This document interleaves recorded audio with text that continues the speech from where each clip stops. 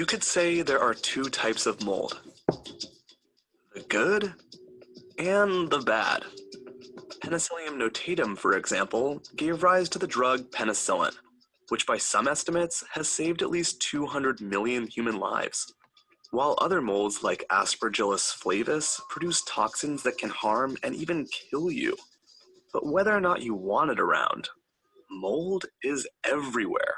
In fact, you're likely breathing it in right now, and there's pretty much nothing you can do to get rid of it. Mold is a fungus, like mushrooms, and it's made up of thousands of thread-like filaments called hyphae. It uses those filaments like roots to feed. Hyphae extend into your stale bread or rotten tomato and start releasing digestive enzymes, which are actually similar to the enzymes in our stomachs. Molds digest their food just like we do, except if you were a mold, it would be more like just laying your face in your food and soaking up the food through your skin. That's Kathy Hodge, a mycologist and mold maven at Cornell University. She says that by the time you actually see that fuzzy mold, hyphae are already hard at work deep below the surface. So cutting out the moldy part does little to harm the entire organism. Just like ripping off leaves doesn't kill a plant. What's worse is that molds have an incredibly broad diet. Yes, they love bread, but some species also love dead skin, soap, and even the paper covering drywall. That's according to Nicholas Money, who has authored several books on fungus. There's a good food source for these molds lying beneath the paint, so when that structure gets wet, bam, they'll go for it. But if there's one thing that makes molds so difficult to manage, it's this: spores. Spores are like seeds which molds use to reproduce. They'll produce these aerial structures like little stalks, all microscopic, and then they'll form spores at the tips of those stalks. And then in response to airflow, those spores will be carried, they'll get up into the atmosphere. A single mold can make hundreds of thousands of spores. So it's no surprise that mold counts in cities like Chicago can be as high as 125,000 spores per cubic meter. You've got millions of tons of these spores in the atmosphere, and it doesn't look like it, right? But yeah, if you could visualize that, it would be mind-blowing, absolutely. And they're not just outside. They're in your home. They're everywhere. To show you what I mean, I set up a little experiment in my apartment, all high school biology. These are petri dishes, and they are filled with what's called agar, which is essentially a growth medium for mold. So I'm very excited to place them around my apartment and see what kinds of mold will grow in them. I put one by my bed, another by the window, and one in my bathroom. And I left them open for about an hour to collect spores. A week later, they looked like this. Yeah, I'm not sure if it's beautiful or absolutely disgusting. The dish by the window had the most diverse assemblage, about 10 species, most of which are just common indoor molds according to Professor Hodge. And the one by my bed, where I sleep, wasn't exactly empty. Now this seems terrifying, but is it? So at least one of the molds I collected is likely Cladosporium, and according to Money, a vast proportion of the human species is actually reactive to Cladosporium. In other words, if we get enough of the spores of Cladosporium in our lungs, they'll create some kind of an allergic reaction. And high mold counts can also trigger asthma, he says. But it actually gets worse. You see, some molds produce nasty chemicals called mycotoxins, such as Stachybotrys or black mold. Stachybotrys make airborne toxins. And they seem to also affect our health. Even our cognitive abilities are sometimes affected by high doses of mold toxins. And it's actually these mycotoxins that make moldy food potentially dangerous. Some cheese molds are actually toxin producers. For example, a particular one makes a toxin called penetrans that is a neurotoxin. So just eating lots of moldy things without knowing what mold is growing on them is probably not a great idea. But here's the thing. For mold to actually cause you harm, there needs to be a lot of it, even if it's toxin producing. So most homes like mine are safe. And there are a lot of molds that we don't want to live without. I'm not just talking about penicillin, but molds like Tolypocladium inflatum, which is used to make an immunosuppressive drug called cyclosporin. And there's this one. This is Aspergillus niger. It's some people's favorite mold because this mold, can you see it? Yeah, perfect. It's adorable, isn't it? This mold makes almost all the citric acid that's produced in the world. And citric acid is a really common food preservative and flavor additive. So the next time you're drinking soda or fighting off an infection, think of molds. They may be impossible to get rid of and frankly just straight up gross, but we definitely don't want all of them to die. I'm just assuming. Wonderful. Okay, let me get out of there. And so that's just a little presentation on mold. I mean, those pictures, some of them look gory, especially with those that you see in your bathroom by your window pane. And we are so used to them. I mean, I have one by my window. We see them and it's like, doesn't matter. And the watermarks on our wall, some homes you go into, and as you step into it, especially homes with a lot of wood, you can actually smell mold. You can smell the musty smell. And many of us are used to it. It's like, what am I going to do about the musty smell? That's fine. So let's hear from Dr. Rhodes, you know, if it's okay to live with that musty smell, and if it's okay, and if it's okay to have all kind of molds living all around us. Oh, yes. Are we excited to have that now? That was actually a very informative little video, and it kind of previews a lot of what I'm going to talk about. Let me see if I can share my screen. Dr. K, let's see if this will work.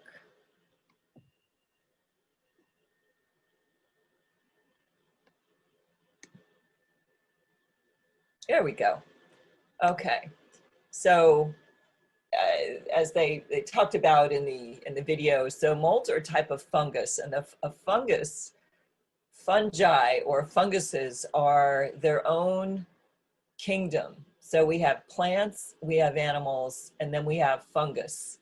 So it's its own type of creature, if you will.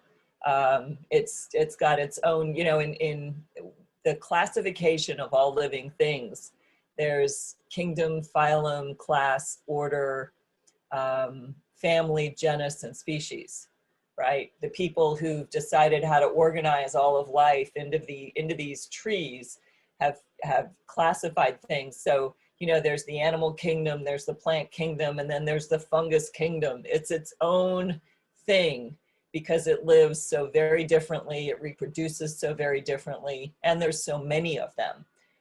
There's many, many different forms. So there's yeasts, there's, they're a form of mold, and mushrooms are a fungi. So, or yeasts are a fungi also. So under the big blanket of fungus, there's yeasts, there's molds, and then there's mushrooms. So they're all kind of connected. The mold is like a woolly looking growth. We saw some pictures of it. We all have seen what mold looks like, so we're pretty familiar.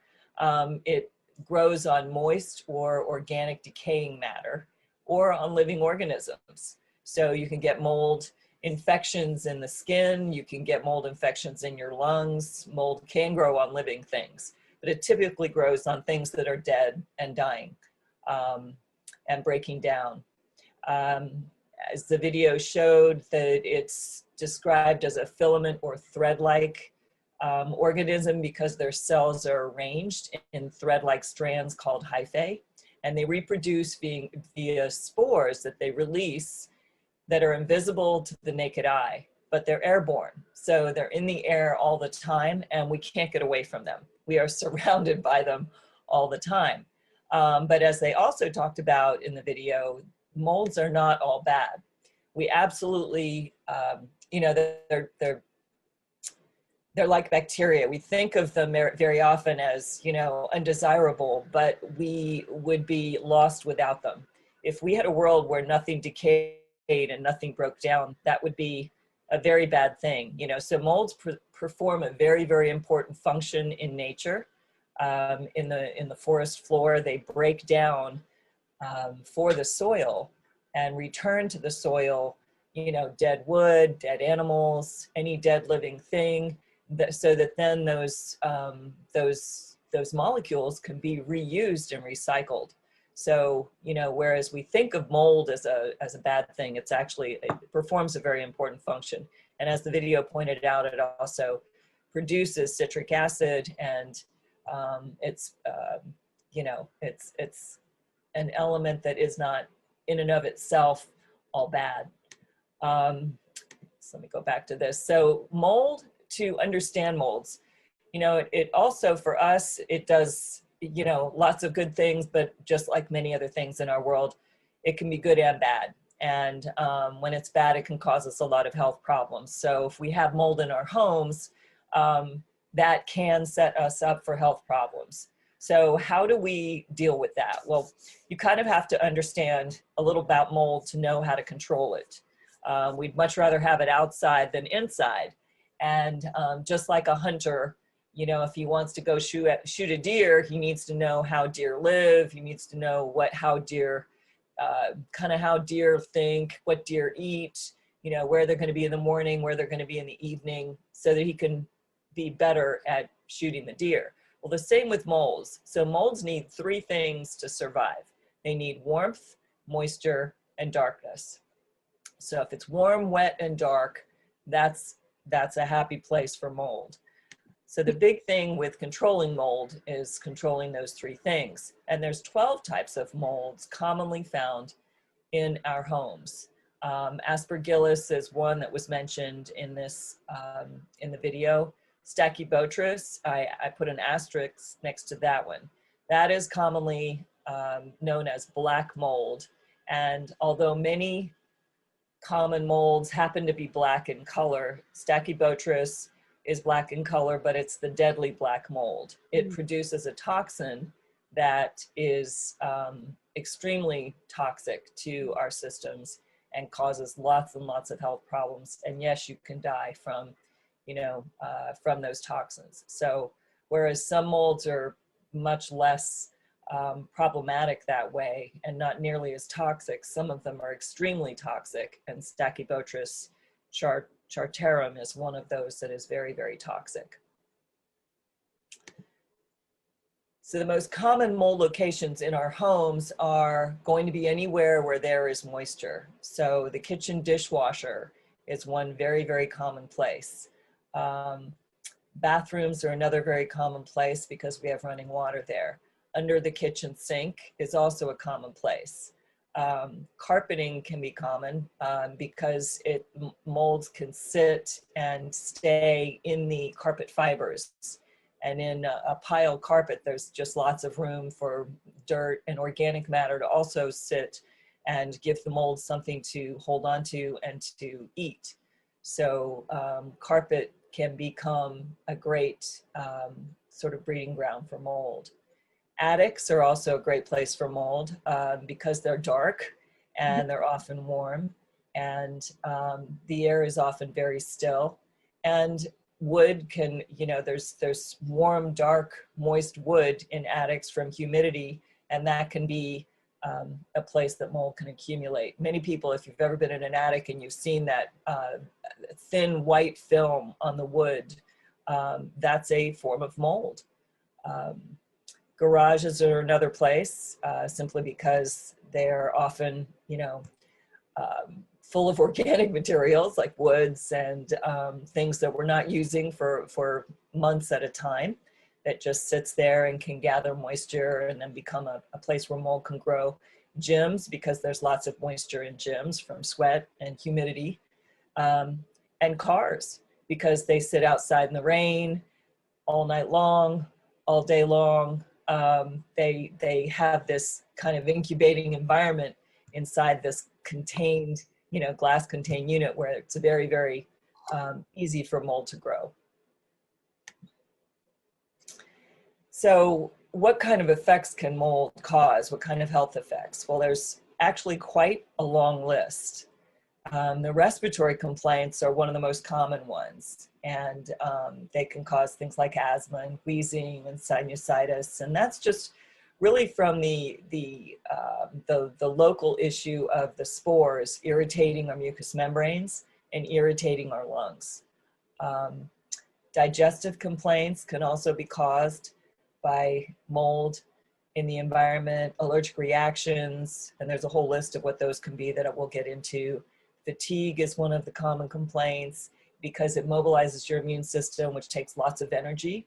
And if your immune system is ramped up and trying to combat this mold, then it takes energy from you and you feel fatigued. Skin rashes are a common, there's actually something called ringworm, which is actually a skin fungus that can show up on the torso, arms or legs.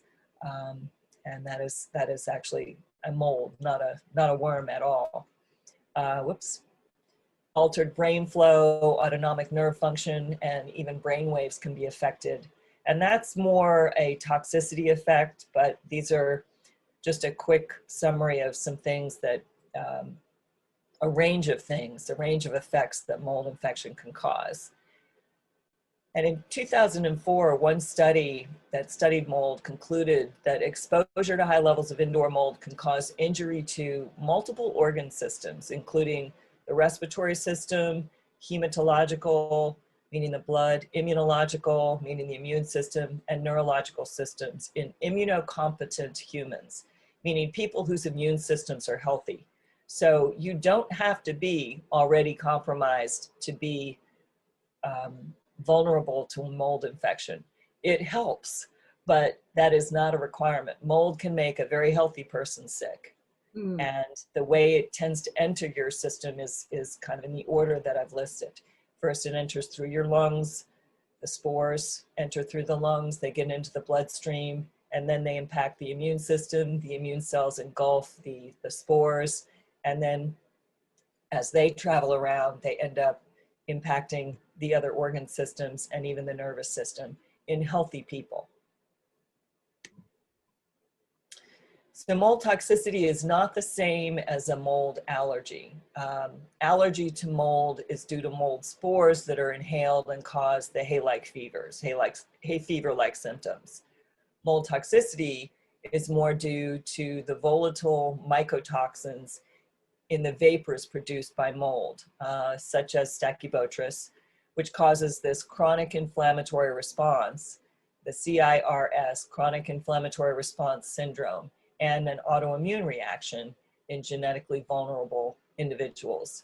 So most people are not going to be prone to mold toxicity reactions, but because they don't have that genetic SNP or that genetic vulnerability, it's more of an inherited trait. But some of us are, and a good percentage of us are. It's actually present in an estimated 25% of the population. And the problem is that people are not, the genetic predisposition means you're just not able to clear the mold toxins as readily. So instead of being able to get rid of them and detoxify yourself with your immune system and with your enzyme systems, you accumulate these mold toxins and they poison you and cause these effects. So mold toxicity, again, is present in about 25% of the population. So that's a quarter of us. And common cause of psychiatric symptoms, it is a common cause of psychiatric symptoms such as depression, anxiety, brain fog, insomnia, and attentional disorders like ADD, ADHD. Even autism spectrum disorders are, some of them are thought to actually be caused by mold toxicity.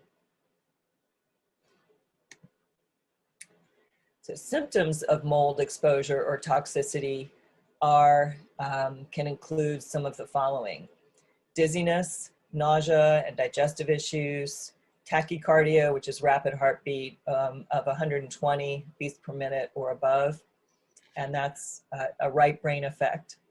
So some of these are neurologically caused.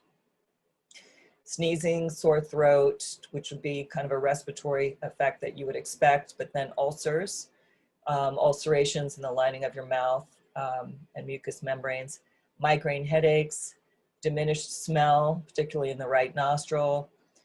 Why in the right nostril versus the left? It's because it affects the right brain more.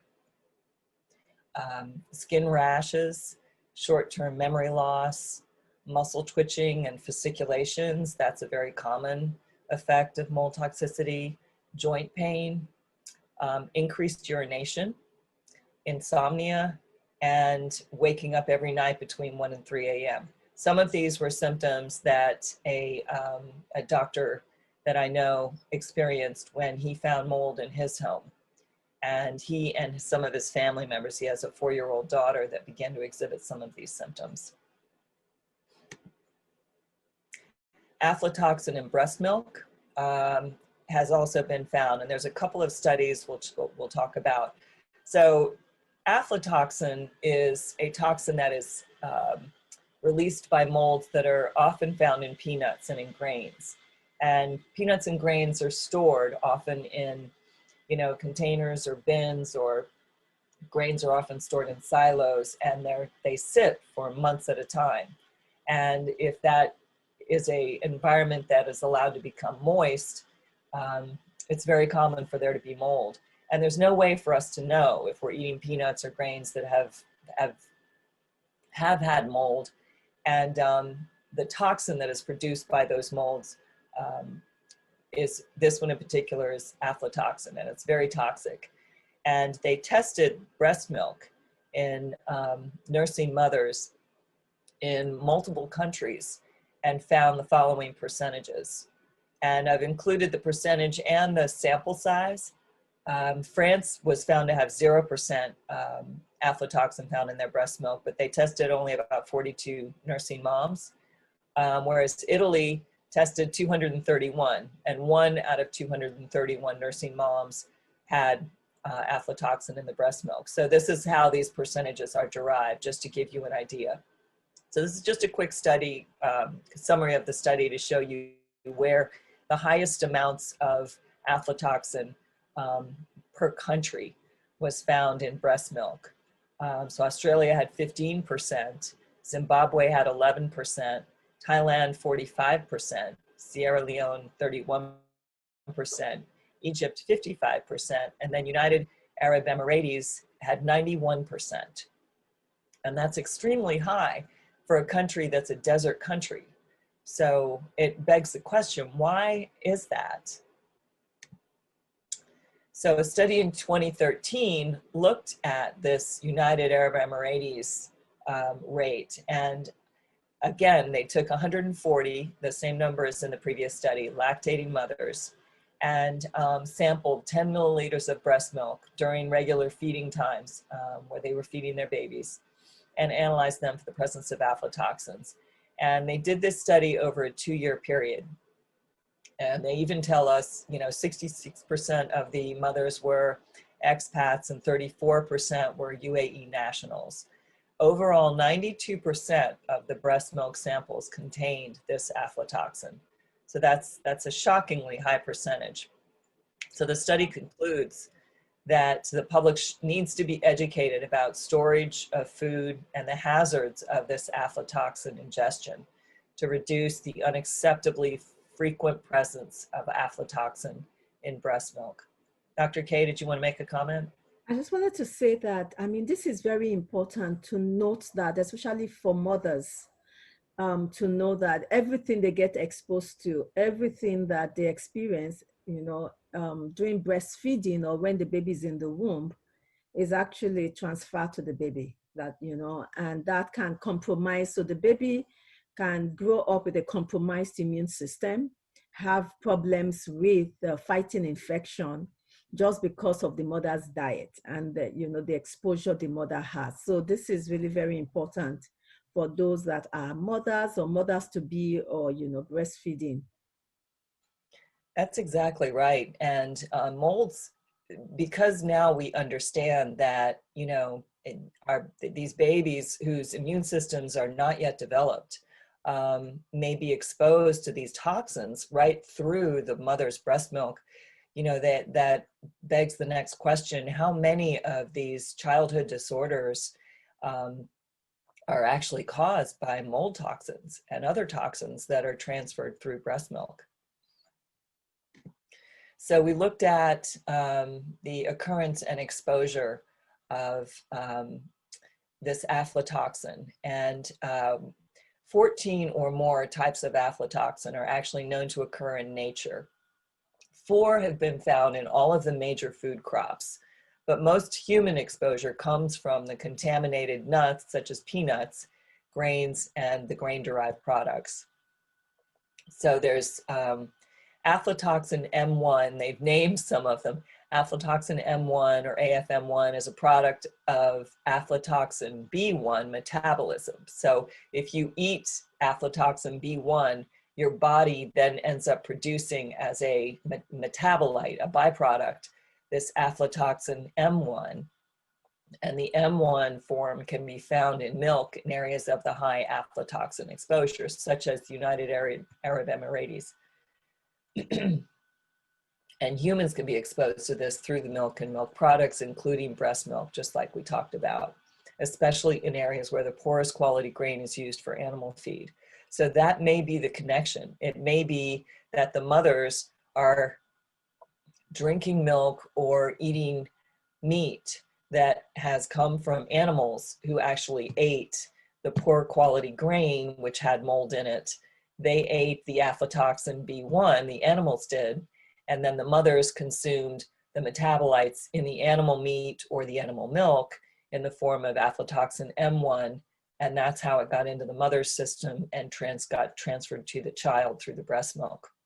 So, Dr. Rhodes, this, you know, what you're saying here kind of make me think about for us in Nigeria, for instance, that we eat a lot of grains, and the storage, wondering how grains are stored. That means during storage, if people store grains in damp, you know, dark rooms, which is where a lot of this, what do you call it? A lot of this storage, people store their grains, you know, dark, humid, and meaning that, and then it becomes, you know, moldy. We can actually be exposing ourselves to what do you call it, aflatoxin or toxins, and they might not directly kill, you know, and so we don't even realize that brain fog, that tiredness, that ADHD, all the emotional, the anxiety, and all those things we are feeling, that we are just not feeling good enough, is actually because of these grains that has been stored in humid places that have accumulated toxin. But my question will be that why is it that cooking them, or because since we don't eat this raw, why is it that cooking them does not destroy the toxin or destroy the fungal? The spores, that's a great question. You know, we like to think that cooking them kills, we know it kills most of the bacteria that are a problem in our food, but the spores are very, very hardy. Molds are actually a higher form of bacterium. They are, they've evolved to be even better survivors under tougher conditions. So they still need warmth, moisture, and darkness to thrive, but their spores are extremely durable, and these spores are not killed, and the toxins that these molds produce are not killed. Those chemicals, those molecules are still in the coffee or the grains or the nuts or the nut products or grain products that we consume, even when they're heated. You can't kill a molecule. So, you know, that molecule is still there, or those you know, proteins, those you know, groups of molecules that form the toxins are still there. They're not living any longer, but I mean, the toxins are produced by something living, but cooking does not make them go away. So, you know, really the best that we can do is try and make sure that for example, the coffee that we buy comes from producers that test, that are aware that mold is a potential problem with coffee, and that test their coffee, that are very diligent and careful about the way it's stored. And again, it's not as easy to do with grains and with rice, but that is another thing that's part of what we can do. And you brought up a great point, you know, the brain fog that is one of the very common symptoms of mold contamination. It's one of those things that people notice clears when they avoid grains. And it may be not so much connected to the grain, but to the mold. It's so funny because, you know, I've always been of the opinion that grains, God created grains, and the Bible, you know, I love, you know, just looking at what is in the Bible. The Bible says that God looked at what he made and he said it was good. And so I don't think that the problem is with the wheat or the corn. The problem might be the way we have modernized it and all the GMOs and or how we have affected it, and it's no longer as natural as it was, you know. And two, our storage, because now, you know, in those days, people were more into farming and they grow the food they eat. And then the excess, they trade with their neighbors. And so people are not storing in stores large bags and making so much money from bags and bags and bags of grains and all of that, because, you know, they were selling it. A lot of people were into agric, and so they were exchanging. But now you have people storing up, you know, in order to hike the price. And so they will store up, and when the grain is scarce, they begin to sell it. And so all that, so the way we are now doing food, you know, is actually making it more difficult for us to live healthy lives, you know, because the food are then left in dark places, water, some of those storage have water, and then we now buy these things without realizing, because they look okay. It's not every time that you're going to see mold growing on them. You know, they look okay, and then we wash it, we cook it, and then we have all these, you know, challenges. Yes, so I normally tell people try and store grains and nuts and seeds, dried fruits in glass containers. That helps minimize any problems with most other pests, such as four-legged critters like mice, pantry moths, things like that, but it will not protect you from molds because, as we saw in the video, molds are in the air all around us. They are impossible to avoid. And the best we can do, and we can't cook them out of the food, so the best we can do is just try to source our coffee, our grains from places, source them fresh, use them quickly, try and source them from places where they're not stored for a long time. And how do we know this? You know, well, we don't, you know, we buy what's in the store. You know, it's a challenge. So one other possible thing, way of kind of trying to minimize our mold exposure is to minimize our grain exposure. And people have definitely noticed improvement in their health from just avoiding or minimizing grains. And peanuts in particular. I love peanuts, but I've made a point of eating other nuts instead in the last 4 or 5 years. After I became aware of the aflatoxin problem. So Dr. Rhodes, I'm going to ask us to, you know, ask you a question just to simplify it, because a lot of people on this thing might not really be very, you know, into all these frontal lobes and all of that. Sure. It might be above their head. I want to ask you about maybe just talking about the things that babies, you know, use, and toys and all of that we are not aware are accumulating molds. Sure. So you're getting just a little bit ahead of me. I'm going to skim right through this, but basically the point of the next couple of slides is that mold infections can definitely affect the brain and cause things that we can test for and that we can find. And very often these disorders of the frontal lobes that we know are connected with some of these primitive reflexes and some of these neurological tests that we can do can show up in adults. They show up, they're reflexes that are typically normally found in babies. When the frontal lobes are damaged, the part of the brain is neurologically affected by mold, they can also begin to show up in adults. So we can test for these things and see them. And there's one particular reflex that's very associated with disorders of the frontal lobes that's found. It's been found in 25% of healthy newborn children, 11% of healthy adults, and 72% of adults with neurological disease. So there's ways of testing. And that's just the point. I wasn't going to get too deep in the weeds with all of this neurology detail.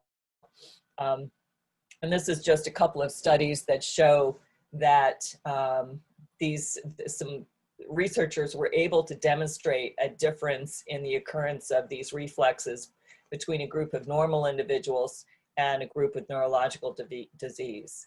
And they found that more than one of these reflexes happened and were found in people with neurological disease. Just saying that typically the things you find in people sick with mold are normally only found in people who have brain problems, brain diseases.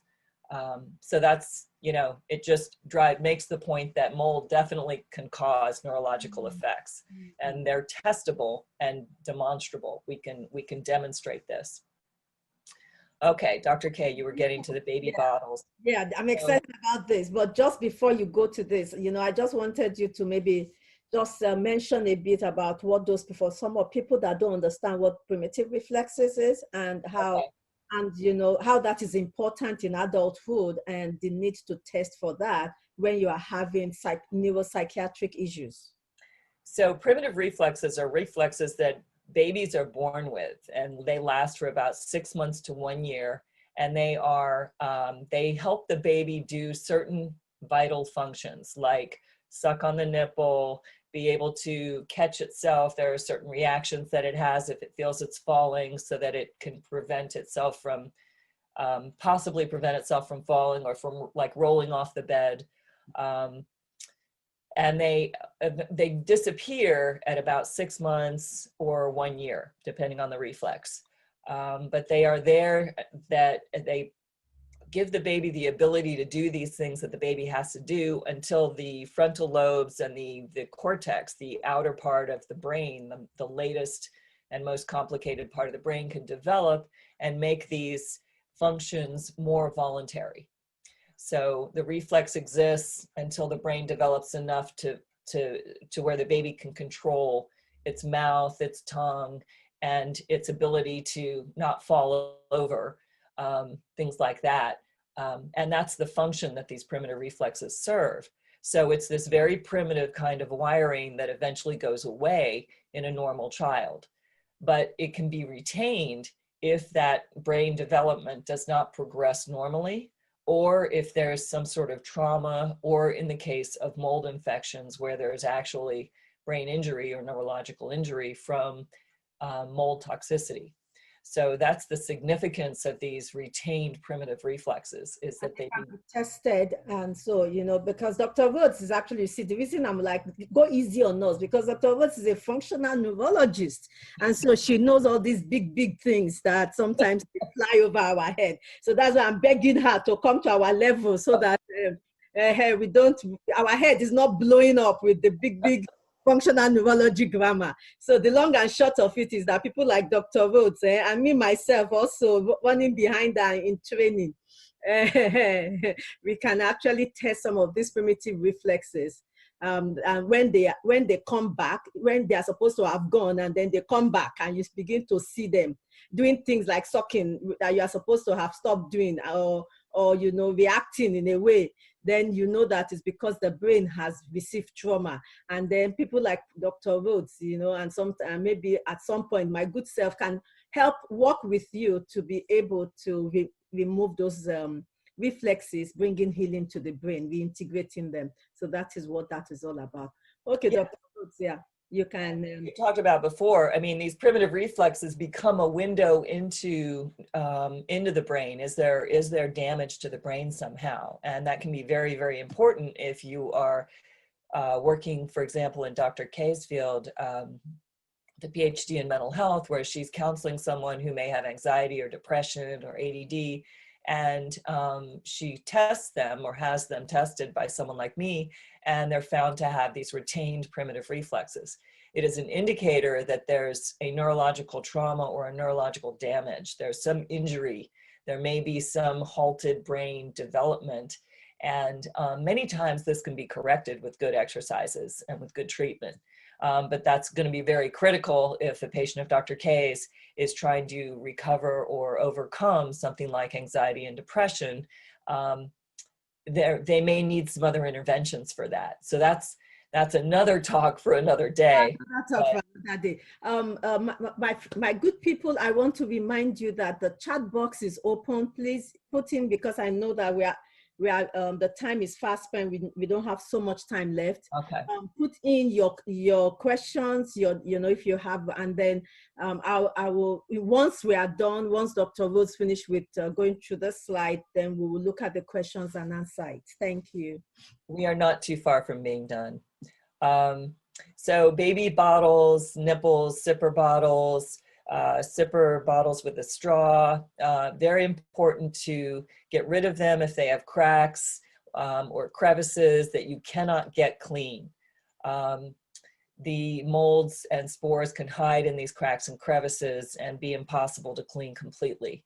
So just throw them out if they're cracked or split or have deep scratches. And check your sippy bottles and all these, anything that you use to feed your baby very carefully, so that you can clean it very carefully. And also check the bath toys. I've seen a picture of a rubber ducky that was cut open in half, and it was filled with, it was all black inside. It was filled with mold. So, anywhere where there's moisture, again, we want to be very careful. So how do you prevent mold growth at home? Well, remember, mold needs three things: moisture, warmth, and darkness. So you manage the wet environments in your home. Kitchen sinks often leak, and that can be a place where mold can grow under the kitchen sink. Bathrooms, mildew in the showers, mildew under the bathroom sink. Gutters are very, very important because they carry the rainwater away from the house so that you don't get water running under your house and soaking your crawl space, which then can cause mold in the crawl space that can come up through the floors. I recently had a problem like that in my own home and had to do some mold remediation this past fall from that kind of problem. And just controlling the flow of water around your home with gutters, with proper drainage, is also very important. Cleaning mold that you find in the home is very important, and it's actually not as difficult as you might think if it's not a huge, if the entire room is not affected or it's not a serious problem. White vinegar is very effective because of its acidity. Borax is also very effective. It's sodium tetraborate. It's also very alkaline. And mold doesn't like it. It likes a very organic pH, so a moderate pH. So something too acid or too alkaline will be very effective. Hydrogen peroxide is also very effective. And bleach can be effective, but not in preventing it from coming back, and not in killing the spores. And bleach, some of these items are going to be appropriate depending on what the surface is you're cleaning and where it is. Bleach is going to tend to, bleach the color out of what you may be cleaning. So if it's a fabric, you might not want to use bleach. You might not want to wash it in white vinegar and or borax. So which ones of these, which, item you use depends on what you're cleaning and how bad your problem is. And then there are essential oils that are also very helpful. And, some of these can be diffused into the air. Some of these can be put in an oil and used to treat skin or to treat wood. Lemon actually is one of the oils that's not even on here. I did not list, but it's in furniture polish, and that can be, a mild mold preventive. And then there's chemicals. Let me show. Yes, Dr. K? Yeah, I was going to show lemon. Can you see my bottle? Yes. Yes, I love I have bottles and bottles. I always say this. I have bottles and bottles of essential oils. I don't think that any home should do without essential oils because they help you. They help you. And I will, at some point, myself and Dr. Rhodes will do a session on just essential oils. And so maybe that's the next thing we'll be talking about. Yeah. Essential oils and just how powerful they are, I'll give you this hot tip. If you happen to have toe fungus under your toenails, and you'll recognize it because you may have white or gray streaks, light colored streaks under a toenail, and it's been there and it seems to be getting worse and not better, and you've probably tried a dozen different things that haven't helped. Try oregano oil and try putting that underneath. Oregano oil. Yes. So you mix it typically with olive oil or another carrier oil, 50-50. And then because otherwise oregano oil can be quite caustic all by itself. But mix it with a carrier oil to dilute it a little bit. And then you can use a dropper and put a drop on the tip of your toenail and separate your toe and your toenail from the skin of your toe so the oil can get down underneath the nail. And that over time, if you do that twice a day, first thing in the morning before you put your socks on, and last thing in the evening before you get in bed, put a sock on that foot after you treat it with the oil, go to bed, and do that for several months. You will notice that you will kill and you will improve that nail. And the nail will have to grow out, but that's one way to treat toenail fungus is with oregano oil. I know we're close on time and I want to leave time for questions and answers, so I just have a couple more slides. So treating mold at home. Air purifiers with HEPA filters are important to try and clean the spores out of the air because remember, they're everywhere. If you have a serious issue, you may need to call in a professional mold remediation company, and they will come in with, huge plastic bags, and they will, sometimes, walls and floors need to be, demolished and completely rebuilt depending on how bad. But that's where you need a professional company to come in and help you. But when it's something you can treat yourself, the solutions I recommended above are better or are effective. And then there's a product called Home Biotic, which basically restores the balance of the healthy house biome. So every home has its own biome. We know that we have a microbiome in our guts. We have a microbiome on our skin, which is basically a population of bacteria that lives and thrives and helps us live and thrive, that lives on our skin. We have the same in our gut, and we have one on our home, on the surfaces of our home. And the Home Biotic is basically like treating the gut microbiome. It basically gives a population of good bacteria that help keep the bad bacteria and the molds under control. So that's a rather novel way of treating it. And then if you are sick with mold, a mold infestation, you really need to get professional help. But part of that treatment can look like utilizing a paleo diet, which is typically grain-free, or the autoimmune protocol, the AIP protocol, minus any food sensitivities. So if you already know you have an allergy to milk or you're sensitive to milk, for example, you might do the AIP protocol and no milk. We will have to, do we have how many more slides? So, 2 more. So to treat mold in carpets, you can use mold sprays. And I gave you the product information here. You can spray with white vinegar or a vinegar water solution. And the biggest issue is manage the moisture to stop the source of the mold and keep the humidity inside the house under 50%. And then last slide, if you have been exposed, do things to boost your immune system, like take the vitamin A, the B vitamins, C, D, and E. So the A, B, C, D, and E vitamins are all very, very helpful to the immune system, whether it's viruses, colds, and molds. They're all helpful. The name of the game is keep your immune system strong. We talked about the paleo or the autoimmune protocol, minus food sensitivities, a low carb diet, meaning typically low grains, and definitely sugar-free because molds love sugar. There's some other ideas such as antifungal juicing, heal any intestinal permeability, doing a detoxification once the gut lining is healed is important. I'm going to be talking about that in a few minutes. Yes, binder products. So these are all just ways. But basically, if you're sick with mold, I would seek professional help from someone who knows how to treat that because it can get complicated. So I will wrap up right there, Dr. K. Wonderful. And I'm going to say this, that, if you are just like, I'm going to start from where Dr. Rhodes wrapped up from. And that would be that if you are sick with mold, you need professional help. So after all of this, and we have Dr. Rhodes that is open to consultation, and we have Temitope. Please, you can put the email address info@Aruka International Center.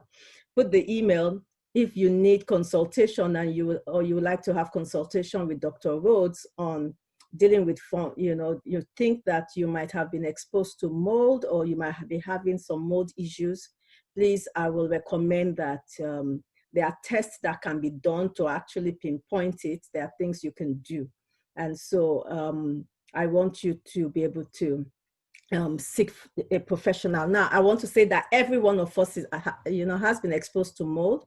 And so thank you so much, Dr. Rhodes. I know I had to rush you along some of the big grammars. That's okay.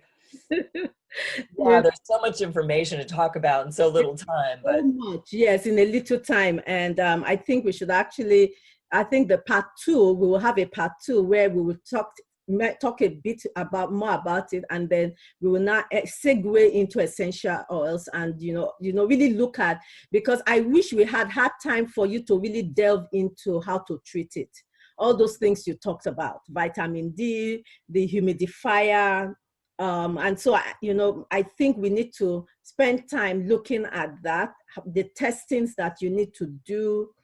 So part 1, is like talking about why mold and all of that, but we want to also be able to talk about, how to use I saw you put something about the mold diet, where you put some amazing things treating mold, and you put some amazing information on using apple, blending apple, green apple, ginger and garlic, yes, as a form of treating mold, if you have a mild one. But if you don't have a mild one, if it's really major, you are having major symptoms, depression, brain fog, anxiety, insomnia, attention problem, and you have gone to doctors and all of that, and they can't find anything wrong, then maybe you need to talk to Dr. Rhodes to do an assessment for mold and know exactly what is going on. Now that brings me to talking about 2 things, and then we'll round up. One is that there's something I also wanted to mention here, is that there's something we forget about, that we don't do, is our kitchen, what we use, our sponge in the bathroom and in the kitchen. I was, she didn't mention it, but she mentioned it in a way, but not directly. But we need to, we say, oh, but soap, mold love soap. Remember, they can even live on top of paint. And so our sponge, we keep them wet, and I'm guilty,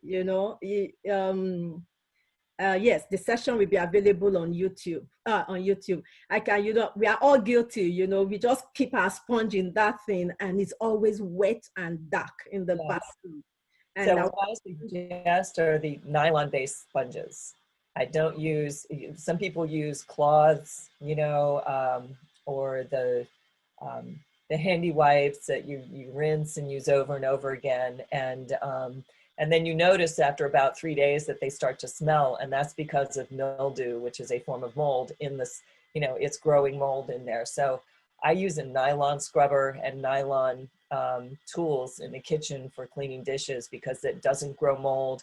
They don't tend to retain the moisture. The water flows out of them and they dry out quickly. And that's a good way of. So you use the one that is able to, the water goes off, it dries, and please, sometimes we love using them, and we forget to buy another one. Once those sponge begin to wear out, let's throw them away, and buy new ones, and just, it's healthier. We are not spreading mold all over our plates, and then when you see mold on the seal of your bathroom, do something about it. It's important. Scrape that thing out. And I'm going to read something to you, because for me, this was really the beginning of my study of mold. And this is actually in the Bible. And you go back and read it. It's in the book of Leviticus. Some of you will go, Leviticus. I don't like those books. They are the books. Let me put it this way, because they show you so much about health.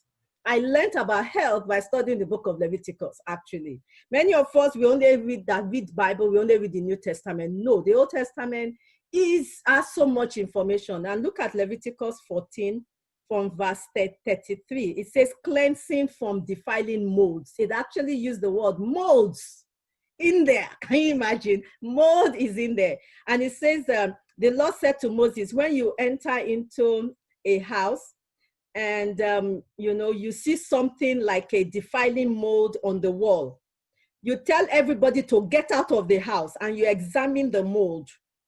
And if it is greenish or reddish, and there's a depression that is deeper than the surface of the wall, the priest shall go out of the door and he will seal the house for 7 days and then come back. And if the mold has spread on the wall, then they will tear down the house.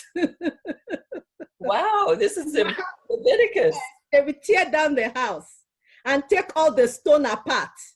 And, because they were trying to save them from problems, then it was easier. Now we can't tear down our houses. Then those houses were simple. They were not all the big houses. They were just small houses. But that was the law. Tear it out. This mold can destroy your health. Remove it, It says that if you find molds on your clothing, burn the clothing. No matter how beautiful, it says, if you wash it and the mold is black, it leaves a black spot. It says, burn it. It's there. Leviticus 13 and 14. I'm telling you, the Bible has it all. So this is not just let me play around this. This is serious. If the Bible can tell us that if you find the mold on the wall, they should pull down the wall, because they didn't have the systems we have now to try to treat it. So it was like just pull it down. So please let us take this message seriously, because the Destiny Talk series is all about you fulfilling destiny. That's why it's Destiny Talk series, and we can only fulfill destiny, when we are well and healthy, not on a sick bed. So please let us take this seriously. And then I'm going to finish by saying, somebody asked me a question and I was like, yes, this is part of what we are talking about. It says, can a detox help? Yes, a detox, even if you are having mild symptoms, when you do a general detox that gets rid of parasites, clean your liver, then your body is better able to fight the molds and get rid of them. Your immune system is not compromised. And so you're in a better position. So doing a detox, whether the one you mix in your home, where you clean your liver using some of the garlic, ginger, or you do a structured detox,